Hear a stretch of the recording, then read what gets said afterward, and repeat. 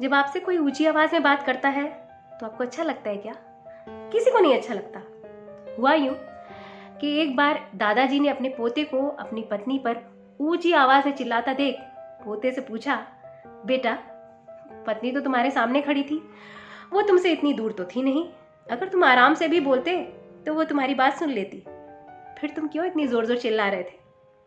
पोते ने कहा, दादाजी आपको पता नहीं है, जब मैं आराम से बोलता हूँ तो वो मेरा पॉइंट ऑफ व्यू समझती ही नहीं और फिर मैं अपना सब्र खो देता हूँ। जब मैं ऊंची आवाज में बोलता हूँ ना, तभी उसे मेरी बात समझ में आती है।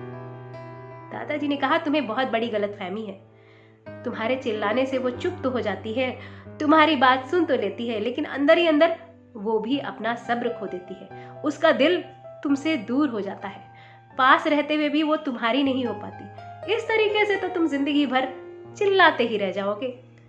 कुछ ऐसा करो कि अपनी बात प्रेम से कहो, फिर भी वो सुन ले। पोते ने कहा, आप ही कोई तरीका बताइए ना, कोई रास्ता बताइए कि प्रेम से कहने से वो मेरी बात सुन ले।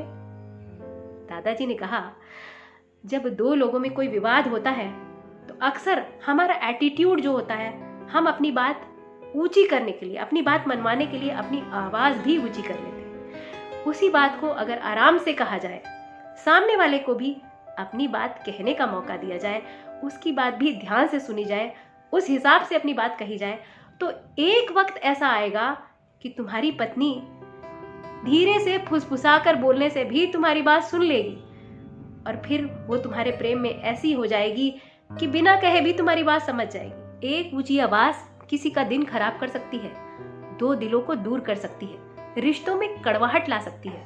यही नहीं, जो ऊंची आवाज में बोलता है उसकी भी हार्ट बीट बढ़ जाती है, उसके शरीर में ऐसे वाइब्रेशंस आते हैं कि उसकी खुद की सेहत भी खराब हो सकती है।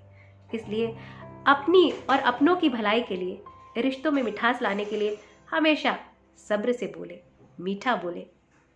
और यही तो है प्रेम की भाषा।